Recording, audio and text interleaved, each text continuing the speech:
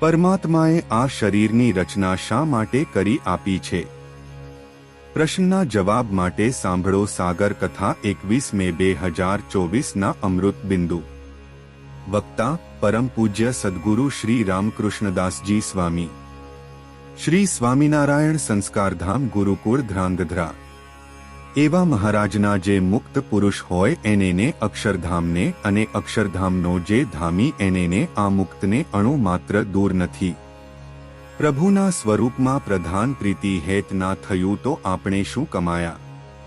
ઠાકોરજી આપણને શરીર એક પાણીના બુંદમાંથી રચી આપ્યું છે તો ઠાકોરજીને કોઈ આપણી પાસે અપેક્ષા હોય એ તો ઠાકોરજીને આપણી પાસે બીજી શું અપેક્ષા હોઈ શકે? તે હોઈ શકે કે આત્મા શરીરમાં રહેલો તે યુગોના યુગોને કાળના કાળથી માયાના અનેક પ્રકારના મોહિક અને દુઃખદ કારણો જે છે એમાં આત્મા પોતે બંધાયેલો છે, અનેક પ્રકારના દુઃખો ભોગવે છે અને એમાં એ અતિશય દુઃખી થાય છે તો એમાંથી મુક્ત કરવા માટે ઠાકોરજીએ આપણને આ શરીર રચી આપ્યું છે।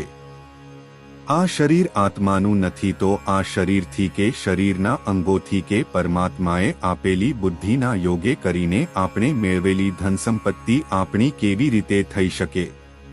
એને ઇન્દ્રિયો અંતકરણ આપ્યા, ઇન્દ્રિયો અંતકણમાં શક્તિ એને આપી, એને એ પાવર જ્યાં સુધી રાખવો હોય ત્યાં સુધી રાખે, બાકી કાન તો એમ નામ હોય છે પણ સંભળાતું બંધ થઈ જાય છે તો મારા બાપ આપણે શેનું અભિમાન કરીએ છીએ? જો સારા પુરુષનો સંગ હશે, સારા વિચારો જેમાં હશે, પરમાત્માની ભક્તિ હશે, જેમાં ભક્તિના બીજ પડ્યા હશે એનો હશે તો આપણામાં એ બધી જ ભક્તિ આવવાની અને જીવન સફળ થવાનું। પાપીમાં પાપી જીવ હોય એને પણ ઠાકોરજી એના જીવનમાં એક વખત સમય અને સંત તેના પાપમાંથી મુક્ત થવા માટે આપે છે। વાલિયા લૂંટારાને ભગવાને નારદજી જેવા સંત અને સમય એક વખત પાપમાંથી પાછા વળવા માટે આપ્યો હતો। પુરુષ કે બહેનોની આકૃતિઓ શરીરની, એમાં વિકાર નથી, વિકાર છે વૃત્તિમાં, વૃત્તિ નથી બદલાતા, વૃત્તિ જો બદલાવે અને નિર્ગુણ થઈ જાય વૃત્તિ તો સમગ્ર સૃષ્ટિ નિર્ગુણ છે, કોઈ વિકાર નથી સૃષ્ટિમાં।